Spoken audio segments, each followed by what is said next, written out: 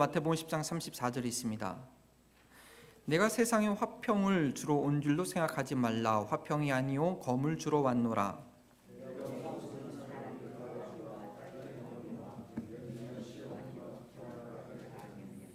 사람의 원수가 자기 집안 식구리라.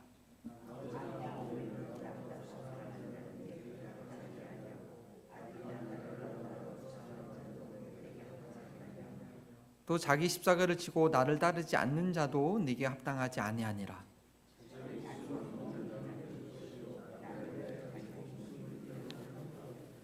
너희를 영접하는 자는 나를 영접하는 것이요 나를 영접하는 자는 나를 보내신 이를 영접하는 것이니라.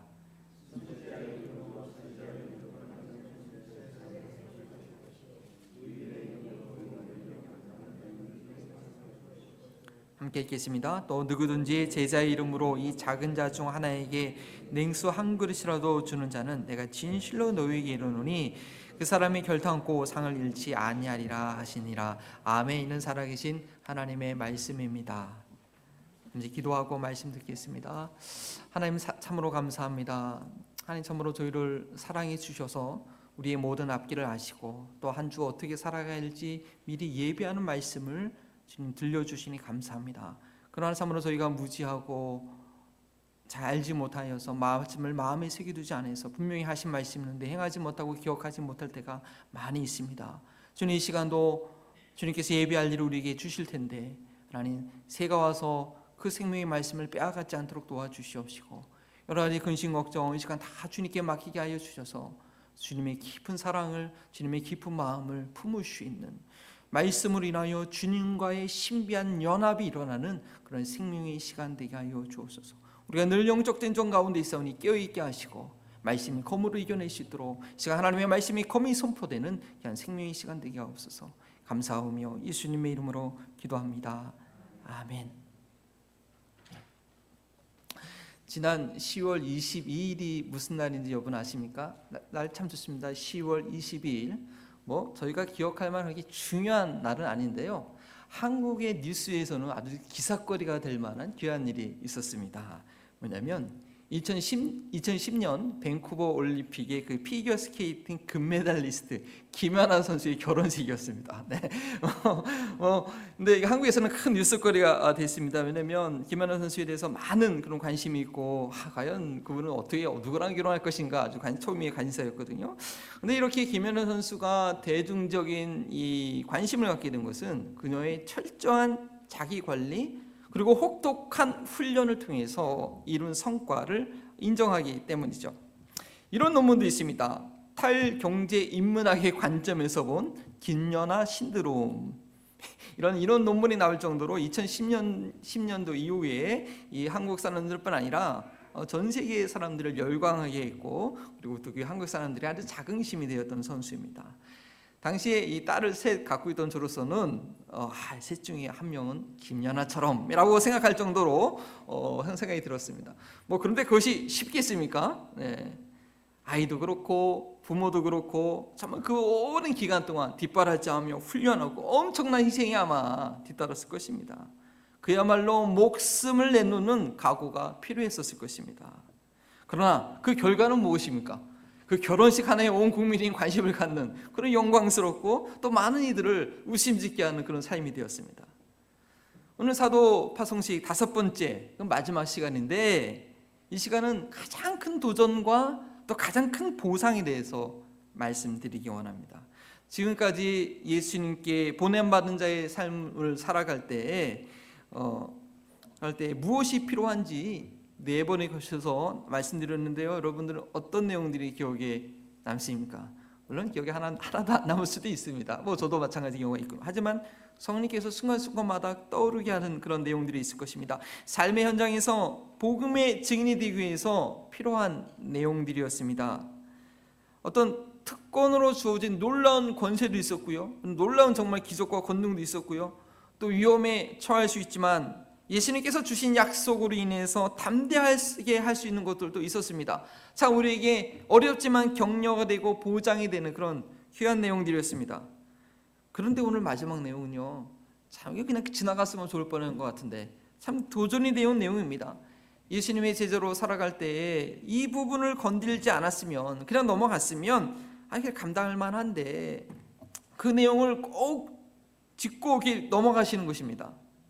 그러나 그것을 감당하고 나면, 그 훈련을 받고 나면 또 놀라운 보상이 주어진다는 것이죠. 오늘 말씀을 통해서 그 훈련과 보상이 무엇인지 알아서 혹시 내가 그 훈련을 피하고 있는 것은 아닌가 한번 살펴보시기 바랍니다. 그리고 그로 인해서 주어지는 보상이 얼마나 크고 영광스러운 것인지 알아서 그 훈련장에 하나님께서 나를 들여 밀어넣었을 때에 포기하지 않게 되기를 바랍니다. 예수님의 제자가 되어 보냄을 받는 사도로 살아갈 때 가장 어렵지만 반드시 해결해야 될 과제, 너무 혹독하지만 피할 수 없는 그 훈련은 두 가지인데 바로 가족과 목숨이라는 것입니다. 지금까지 예수님의 사역은요, 많은 사람들을 놀라게 했습니다. 오랜 세월 동안 나로 없이 이렇게 지났던 이스라엘 백성들에게 또 이 로마의 학종 가운데 와, 뭔가 우리 민족이 이제 일어나겠구나 하는 소망이 줄 만한 것이었습니다. 그래서 그 예수님만 따라가기만 하면 어떤 인생의 어려운 문제라도 해결될 것 같은 그런 기대가 있었습니다. 그런데 오늘 본문의 첫 구절 34절은 그런 기대에 확 찬물을 끼얹는 내용입니다. 여러분 성경 다 보고 계시지 않습니까? 34절에 뭐라고 얘기하십니까? 내가 세상에 화평을 온 줄로 생각하지 말라. 화평이 아니요 검을 주러 왔노라. 와우, 이게 도대체 무슨 말씀입니까? 복음을 표면적으로만 알고 하나님 나라를 제대로 이해하지 못하면 이건 너무나 어렵고 실망되는 말씀입니다. 그러나 예수님의 죽으심과 부활, 예수님께서 하나님 나라의 통치를 이루어가는 과정을 이해한다면 수긍할 만한 내용입니다. 그 다음 구절 25절의 설명이 그 실마리를 제공하고 있습니다. 화평이 아니라 화평을 깨는 검을 누가 칼을 막 휘두르면 뭐 기겁을 하잖아요. 근데 그 칼을 휘두르는 장소가 어디냐? 다른 것이 아니라 바로 가족이라는 것입니다. 가족 관계를 그렇게 만들어 버리겠다는 것입니다.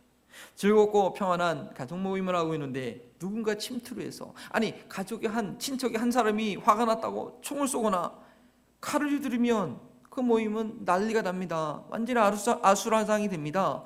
그런데 가족 중에 누가 복음을 제대로 믿기 시작하면 그 삶 가운데 진정한 하나님 나라가 임하게 되면 마치 이런 일이 일어나게 되고, 예수님께서 그것을 위해서 오셨다고 하니 이 말이 어떻게 이해가 되겠습니까? 가족에서 처음 예수님 믿는 분들은 아마 실제로 경험한 일입니다. 제사 때 그 개가 오기만 하면 막 뭐라고 하고 걔가 이 교회 가는 것 때문에 막 가족이 분란이 생기는 거잖아요. 그렇죠? 근데 이 말을 지금부터 잘 주님께서 뭘 얘기하신 것인지 잘 기울여 들으셔야 됩니다. 결론은 37절입니다. 37절. 여러분 성경을 찾으셔서 37절 말씀을 여러분 한번 같이 읽어주시면 감사하겠습니다. 37절을 한번 읽어주시죠. 시작.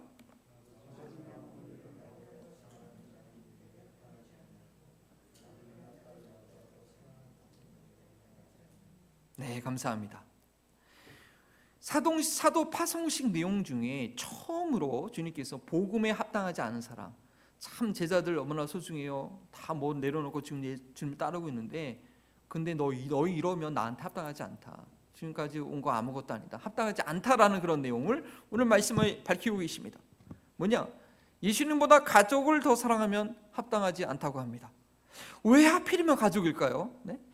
어떤 연예인이나 어떤 정치인이나 또 영향력 있는 그 누구보다 예수님을 사랑하지 않으면이 아니라 뭐라고요? 가족보다 예수님을 더 사랑하지 않으면, 가족보다 예수님을 더 사랑해야지, 그렇지 않으면 예수님께 합당하지 않다라고 합니다. 예수님을 구원자와 주님으로 제대로 믿은 것이 아니라고 합니다. 오늘날 타락한 현실에 있어서는요, 가족보다 일을 더 사랑하고 다른 누구에게 빠져 있는 것이 좀 문제이긴 한데, 근데 정상적인 삶에 있어서는요, 가족관계가 가장 그런 기초적인 관계이기 때문입니다. 가족은 뭡니까? 나를 이 세상에 태어나게 하는 그 통로 아닙니까? 그래서 그 안에서 태어나서 엄마 아빠를 만나고 형제 자매를 만나면서 관계를 형성해 갑니다. 사람은 관계의 존재가 아닙니까? 바로 가족이라는 것이 이 존재가 형성되는 그런 울타리입니다. 결혼하기 전까지 반이 거기서 형성되는 거죠. 결혼하고 나서는 이제 배우자와 이제 관계가 형성돼서 이제 사람이 되어가는 것인데, 너무나 가장 강력하고 영향력이 있는 그런 관계가 바로 가족 관계입니다. 무엇보다도 이거 핏줄이라고 하지 않습니까? 핏줄. 네. 뭐 조건 없이 그냥 가족이니까 같이 한 밥 먹고 살았으니까 서로 위해주는 그런 본능적인 관계입니다. 그리고 그걸 끊게 되면 뭐라고 해요? 폐륜이라고 하죠. 십계명에도 지켜야 될 모든 인간관계 가운데 첫 번째가 뭡니까? 내 부모를 공경하라. 부모와의 관계를 앞에 두고 있습니다. 그러나 더 중요한 관계는 하나님과의 관계입니다. 십계명 중에서 제일 계명 뭡니까? 너는 나 외에 다른 신들을 내게 두지 말라. 하나님과의 관계에서부터 모든 관계가 바르게 정립이 됩니다. 가족보다 예수님을 더 사랑해야 한다는 것은 새로운 내용이 아닙니다. 단지 십계명의 순서를 확인시켜줬을 뿐이죠. 소유에 있어서 하나님과 가장 경쟁 대상이 뭡니까? 골드 아니면 가드 아니면 골드라고 돈이죠. 그러나 관계에 있어서 하나님과 가장 라이벌이 되는 그 대상이, 그 관계가 뭐냐? 바로 가족 관계라는 것입니다. 끊을래야 끊을 수 없는 본능적인 관계인데, 너무나 소중한 관계인데, 그것이 저희로 하여금 멸망케 하는 우상이 되지 않기 위해서는 생명 대신 예수님과 먼저 그 관계를 먼저 우선순위 두어야 된다는 것이죠. 가족 관계는요, 잘 이해하면 되게 자본능적인 것입니다. 그렇기 때문에 예수님께서는 이것은 칼로 잘라내듯이 잘라야 된다고 그렇게 강력하게 말씀하신 것입니다. 가족살은 자칫 잘못하면 아주 지독한 자기 사랑에 근거할 수 있습니다. 자기 자녀를 사랑하지 않는 부모가 누가 있겠습니까? 자녀를 사랑하는 것은 본능입니다. 어린 자녀가 밤에 열이 펄펄 끓으면 당연히 밤에 잠자지 못하고 일어나서 간호하고, 그래도 안 되면 응급실에 비용이 응급실이 미국에서 엄청 들지 않습니까? 그래도 응급실로 당장에 데려갑니다. 그거 누가 시키지 않더라도 자기를 위해서 당연히 그거 합니다. 그것은 예수님의 제자로서 내 이웃을 내 몸처럼 사랑하는 그런 말씀에 순종하는 행위가 아니라는 것이죠. 내 이웃을 내 몸처럼 사랑하는 것은 뭐예요? 아픈 아이가 비록 내 아이가 아니라 할지라도 예수님을 구원자와 주님으로 영접한 이들의 마음 가운데 예수님의 국률한 마음, 소자 하나를 소중히 여기는 그런 마음이 있기 때문에 누가 아프다는 얘기를 듣고 밤에 일어나서 그 아픈 아이를 돌봐주고 도와주고, 또 그 아이가 병원에 가기 위해서 필요한 것이 있다면 도와주는 그런 마음이 일어나게 되는 것입니다. 그런데 예수님보다 자녀를 더 사랑하는 사람들의 반응은 무엇일까요? 그 늦은 밤에 자기 자녀만 집에 홀려 놔두고 감히 아픈 이웃의 아이를 돌보러 가지 못합니다. 내 아이 먹일 거 좀 줄여가지고 이웃의 배고픈 아이 먹이지 못합니다. 지독한 이기심이죠. 본능적인 관계에 묶여있기 때문에 예수님의 사랑이 나타나지 못하는 것입니다. 이처럼 예수님을 따라가려고 할 때에는 자신을 위한 본능적인 그런 관계에 갈등이 생기는 것입니다.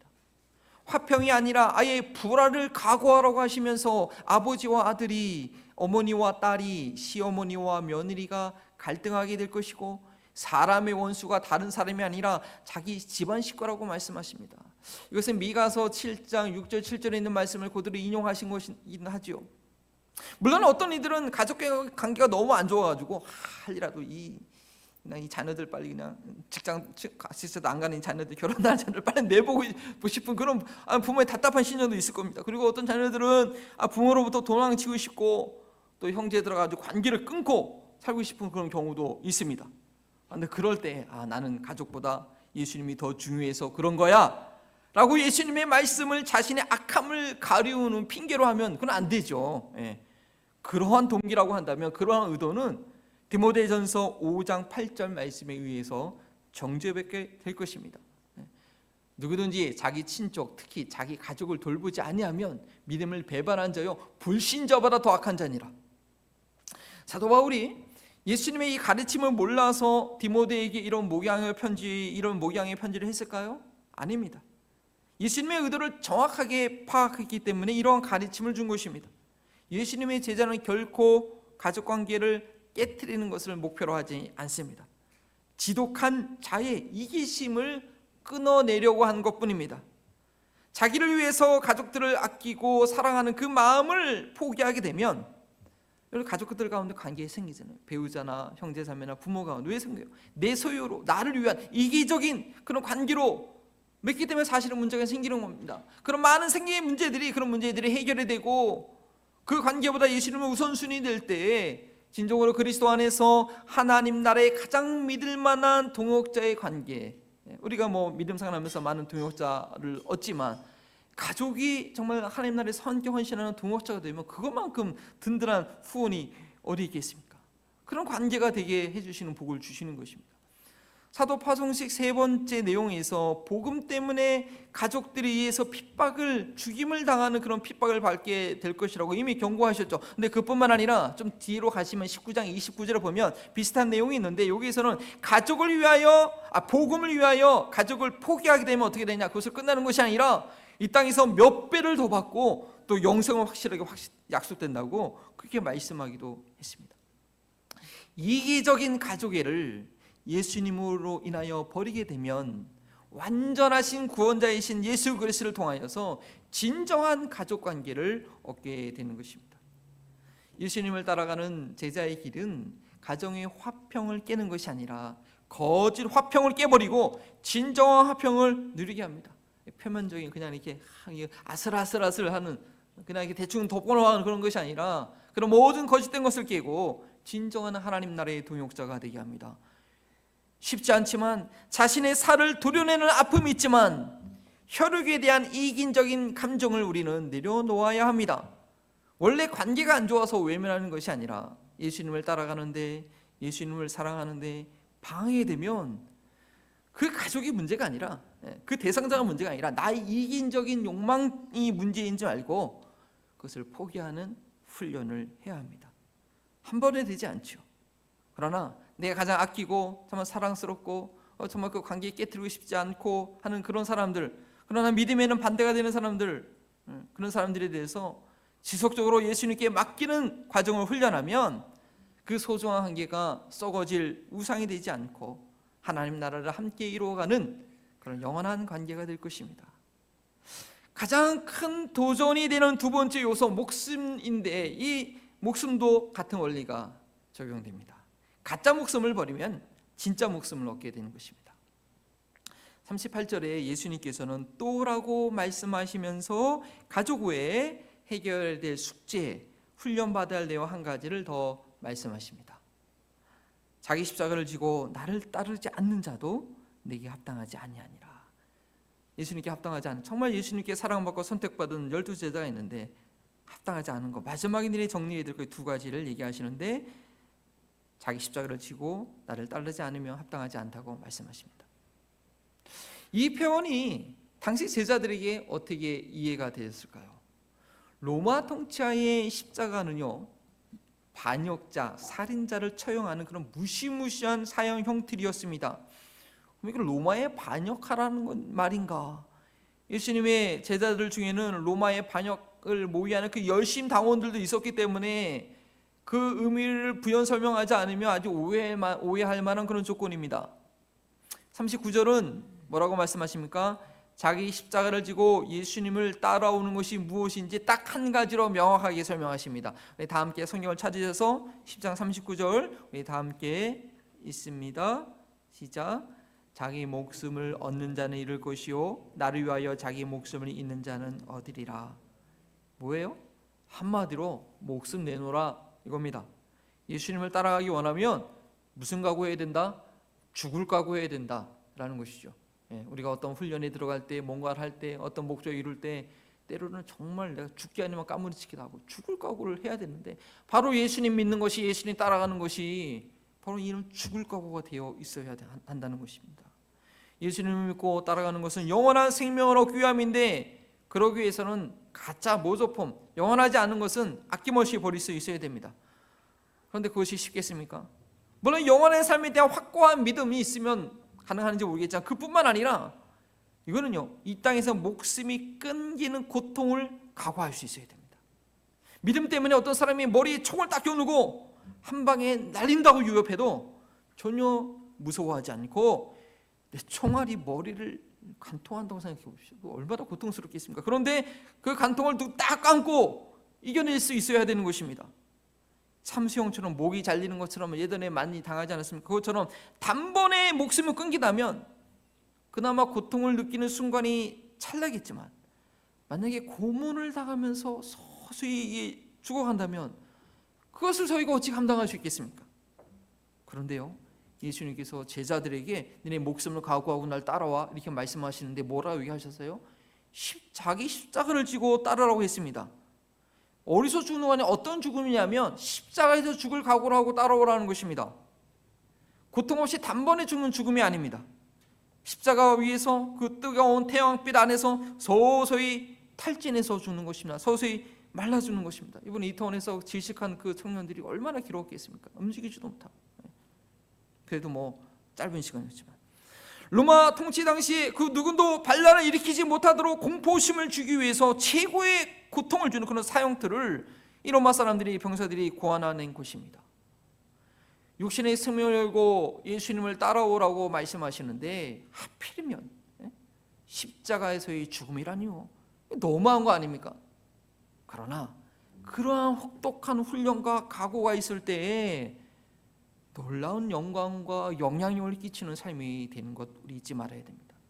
나는 죽고 예수로 산다고 날마다 고백해도 왜 맨날 나는 거기서 거기인가?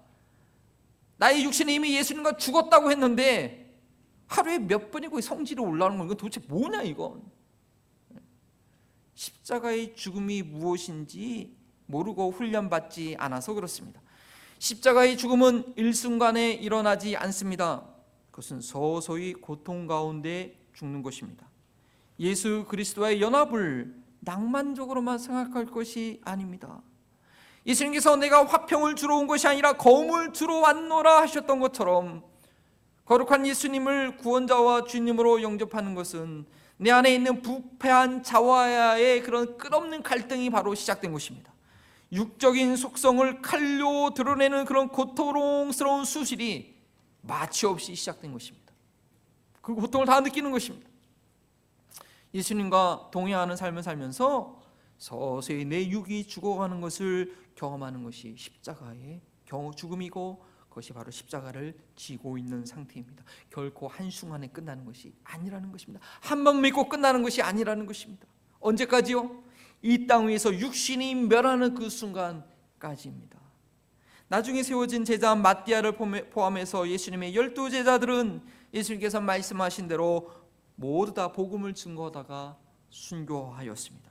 그들은 예수님을 위하여 목숨을 단단히 잃어버렸고 약속대로 영원히 살아서 앞으로 우리가 들어가 새 예루살렘의 그 12기초 속에 이름이 새겨지는 영광을 얻게 되었습니다. 저희가 비록 예수님 때문에 목숨을 잃게 될 가능성은 거의 없는 상황에서 지금 살고 있지만, 이 땅에서 목숨이 닿은 날까지 무엇을 해야 되느냐? 자기 십자가는 지고 있어야 합니다. 예수님으로 인하여서 자아가 계속해서 죽어가는 것을 경험할 수 있어야 됩니다. 그리스도의 십자가에 내 정과 욕심을 못 박았기 때문에, 거기서 죽어가고 있기 때문에 그 누가 나를 거짓으로 모욕한다 할지라도, 그 누가 나를 부당하게 대한다 할지라도 감당할 수 있는 것입니다. 십자가의 고통에 비하면 그것은 아무것도 아니거든요. 뭐 그 정도쯤이야. 견뎌낼 수 있는 것입니다. 복음 들고 전 세계로, 그리고 삶의 현장으로 고난받을 때에 이러한 훈련이 되어 있지 않으면, 이런 어려운 두 가지 숙제, 가족과 목숨을 복음으로 다루는 훈련이 되어 있지 않으면 어려움을 당하는 것이죠. 훈련이 되어야 되는 것입니다. 본능적인 관계를 끊고 자아의 욕심을 죽일 수 있어야 됩니다. 그리스도 예수와 함께 죽는 것이 무엇인지 알아가는 훈련입니다. 내가 육신의 몸에서 살아가는 동안에는 날마다 다루어야 될 그런 훈련의 내용입니다. 너무나 우리 가운데 가까이 있는 훈련입니다. 그런데 이 훈련을 무시하고 피하고 감당하지 않으려고 하면 우리는 아무 영향력을 끼치지 못하게 됩니다. 그러나 이것을 잘 감당하는 그리스도인들에게는 놀라운 보상이 주어집니다. 어떤 보상이 주어질까요? 40절부터 42절까지의 말씀이죠. 예수님의 대리자 복의 통로가 되는 보상을 얻습니다. 40절 말씀입니다. 너희를 영접하는 자는 나를 영접하는 것이요, 나를 영접하는 자는 나를 보내신 이를 영접하는 것이니라. 이보다 더 좋은 상급이 있을까요? 이보다 더 좋은 배우가 있을까요? 예수님처럼 여김을 받는 것입니다. 저희가 어찌 감히 예수님과 같은 배우와 인정을 받을 수 있겠습니까? 그러나 자아가 철저하게 죽어지는 혹독한 훈련을 감당해낸 그리스도인들은 나는 죽고 예수님께서 온전히 살아계신 것을 경험합니다. 그것이 저희가 작년에 빌리브를 공부하고 훈련한 내용이 아니었습니까? Think like Jesus, Act like Jesus, 그리고 마지막으로 성령의 열매로서 Be like Jesus. 내 육의 모습이 아니라 예수님의 모습이 나타나게 되어서 나를 영접하는 이들이 예수님을 영접하게 되는 그런 약속을 보장을 해주시는 것입니다.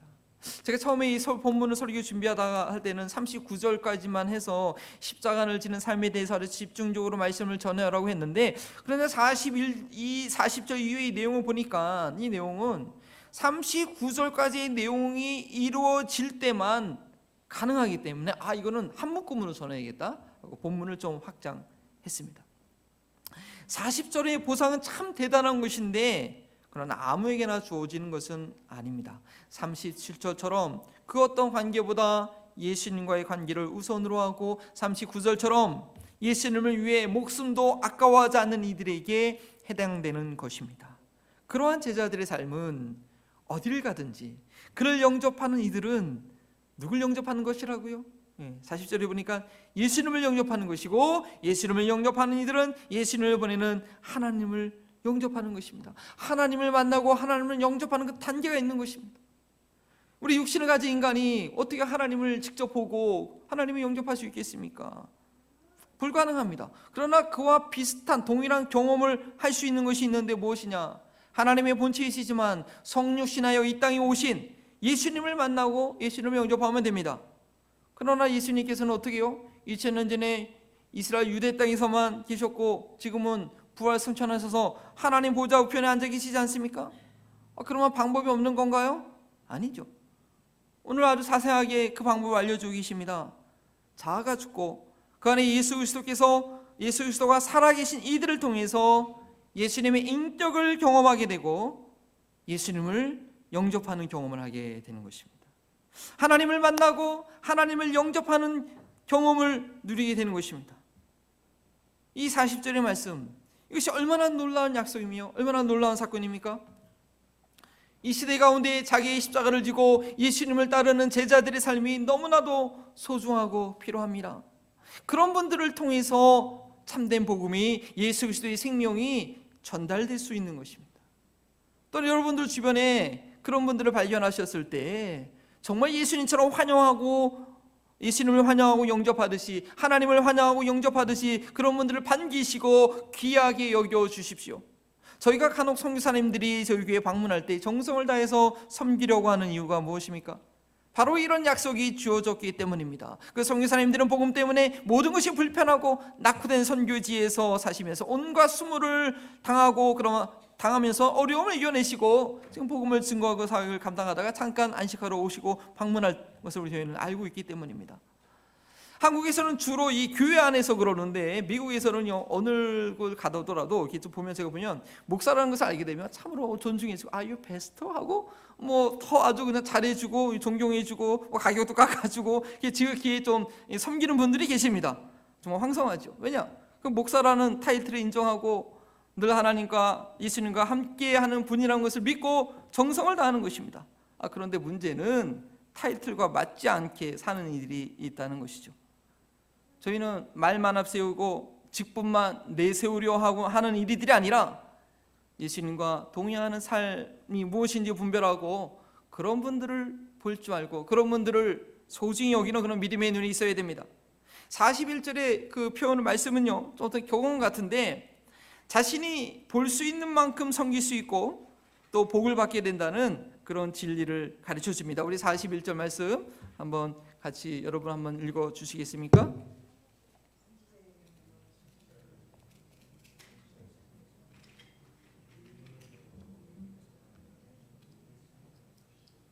네, 그렇습니다.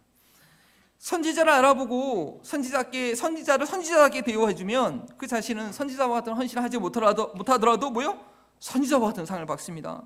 핍박을 당하고 무시를 당한 사람이지만 그가 참으로 의로운 사람인 것을 알아보고 그 의인을 의인답게 대접하면 나는 그런 의인과 같은 삶을 살지 못했지만 그 의인의 상을 받게 된다는 것입니다. 이 얼마나 놀라운 약속입니까? 이 약속은 창세기 12장 아브라함에게 주었던 것과 같습니다. 하나님께서 아브라함을 갈대우리에서 불러내실 때 그가 순종할 때 어떤 약속, 어떤 보장, 어떤 약속을 주십니까? 너를 축복하는 자를 내가 축복하고 너를 저주하는 자를 내가 저주하겠다. 와, 이건 놀라운 보장입니다. 놀라운 복입니다. 이런 복을 주셨으니 아브라함이 어딜 가든지 어떤 사람이라도 그 아브라함 함부로 대하지 못합니다. 그리고 자기가 잘 되기 위해서 그 아브라함을 잘 대해주는 곳입니다. 아브라함은 이 땅에 있는 모든 족속이 복을 받을 수 있는 통로가 되었습니다. 자기의 십자가를 지고 예수님을 따라가는 이들이 바로 이런 아브라함과 같은 복의 통로가 되는 것입니다. 영적으로 너무 어두워서 하나님의 말씀을 알고 듣는 이가 거의 없다고 하더라도 그곳에서 선지자의 십자가를 지고 선지자의 삶을 감당하면 선지자의 복을 받고 선지자처럼 살 수 있는 이들이 결국에는 생겨나게 됩니다. 악인이 횡행한 곳이라도 그곳에서 자기의 십자가를 버리지 않고 끝까지 지키고 있으면 나로 인하여서 의인의 복을 받을 이들이 생길 수 있는 것입니다. 예수님은 파송받은 제자들의 영향력에 대해서 42절에 이렇게 말씀하시면서 마무리하십니다. 누구든지 제자의 이름으로 이 작은 자 중에 하나에게 냉수 한 그릇이라도 주는 자는 내가 진실로 너희에게 이르노니 그 사람이 결탄코 상을 잃어버리지 아니하리라. 자기 십자가를 지고 따라가는 예수님의 제자들은 아무리 빈약해 보여도, 아무리 힘이 없어 보여도, 아무리 영향력을 끼치지 못할 것 같더라도 그들은 다른 이들의 삶을 윤택하게 하는, 하나님으로부터 복을 받게 하는 복의 통로가 된다는 것입니다. 왜냐하면 그들 뒤에는, 그들 배후에는 하나님이 계시기 때문입니다. 그들의 삶이 하나님의 보상을 받게 하는 그런 놀라운 영향력을 끼치게 될 것입니다. 말씀을 마무리합니다. 김연아 선수처럼 자기 관리를 잘하고 아주 훈련을 잘 받은 이들은요, 그 과정이 비록 고되고 아주 이를 꽉 물어야 되는 것 같은 그런 고통스러운 것이 있더라도 그것을 감당하고 나면 많은 사람들을 감동시키고 영향력을 끼치는 것뿐 아니라 그의 삶도 얼마나 영광스럽고 존귀합니까? 자기의 십자가를 끝까지 잘 지도록 훈련받은 예수님의 제자들의 그 영향력은 이 세상의 그 어떤 훌륭한 사람의 영향력과는 비교할 수 없을 정도로 너무나 중요한 것입니다. 창조주 하나님을 만나게 하는 그런 영향력이 있는 것입니다. 한 영혼을 지옥에서 끌어내서 천국으로 인도하는 영향력인 것입니다. 여러분, 어제 들었던 그 이태원에서 할로윈 파티 때 150명의 청년들이 깔려 죽은, 질식해 죽은 사건은 너무나 안타까운 것입니다. 소방서가 아주 도착했을 때 밑에 그 깔려있는 20대 젊은 여자아이를 꺼내지 못하고 그냥 거기서 질식해서 죽어가는 것을 봐야 했다는 것이 아닙니까? 도대체 어떤 영향력이 이 젊은이들을 죽음으로 몰아간 것입니까? 그 희생자들 가운데 복음을 못 들어본 영혼들이 많지 않았기를 바랍니다. 저희가 살아가는 삶의 그 현장 가운데 생명의 영향력이 필요합니다. 고아처럼 방황하는 영혼들이 나의 아버지 되시는 창조주 하나님을 만날 수 있도록 예수님의 대리자의 역할을 해줄 사람이 필요합니다. 저는 기독교 가정에서 태어나고 성장했지만 제가 예수님을 만나게 된 것은 정말 사춘기 때 말씀을 진실하게 전하고 우리 학생들을 참 인격적으로 대우해줬던 그 전도사님을 통해서였습니다. 지금 저희는 나를 아는 사람들에게 어떤 복의 통로가 되고 있습니까?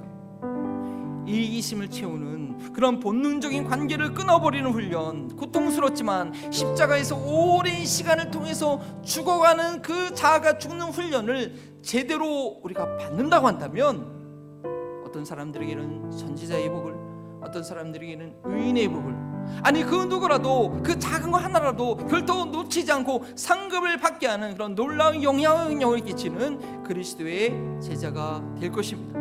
그런 그리스도인들이 많이 있는 교회는 하늘에서 그 교회를 주목할 뿐만 아니라 이 땅에서 생명을 찾는, 생명을 갈급하는 이들이 참으로 사모하는 곳이 될 것입니다.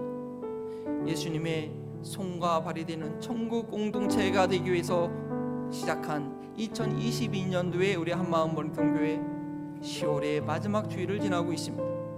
그동안 하지 못한 것을 아쉬워하는 것이 아니라 각자의 삶 가운데 이 마태복음의 제자도의 말씀을 통해서 이제 그 영향력을 끼치는 삶이 시작됐다는 것을 확신하는 그런 하나가 되기를 주의 이름으로 축원합니다. 이 시간 주님께서 주신 말씀을 묵상하면서 주부에 있는 적용 질문을 드립니다. 나의 생각과 행동에 결정적인 영향력을 주고 있는 관계는 무엇입니까?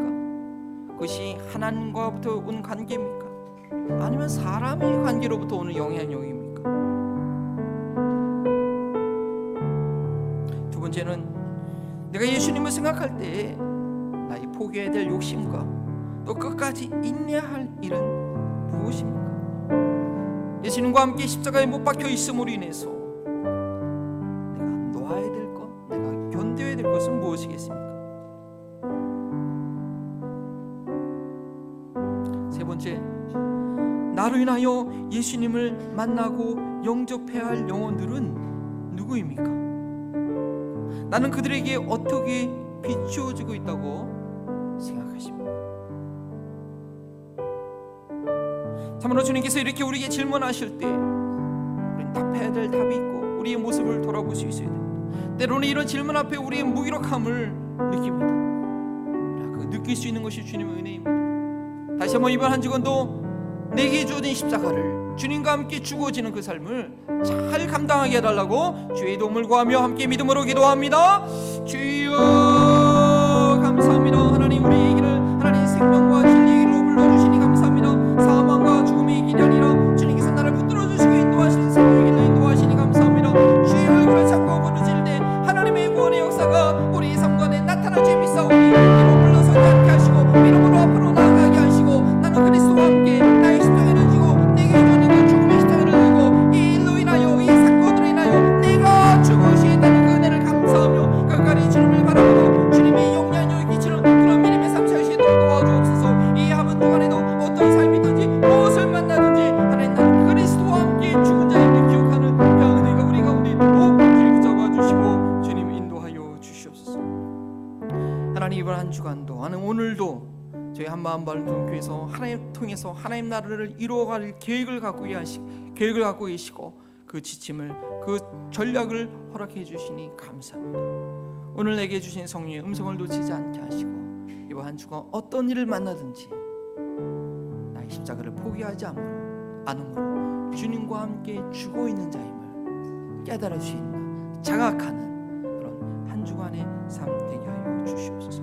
이제 다섯 번의 말씀을 통하여서 내가 살아가는 나의 삶의 현장에 그녀 있는 것이 아니라 주님의 증인으로 하나님의 놀라운 복의 통로로 서 있음을 깨닫사오니 시시때때로 성령님께서 불러주시고 이끄시고 인도하시는 것을 순종할 수 있는 저희 믿음의 삶 되게 하옵소서. 감사하며 예수 그리스도의 이름으로 기도합니다. 아멘.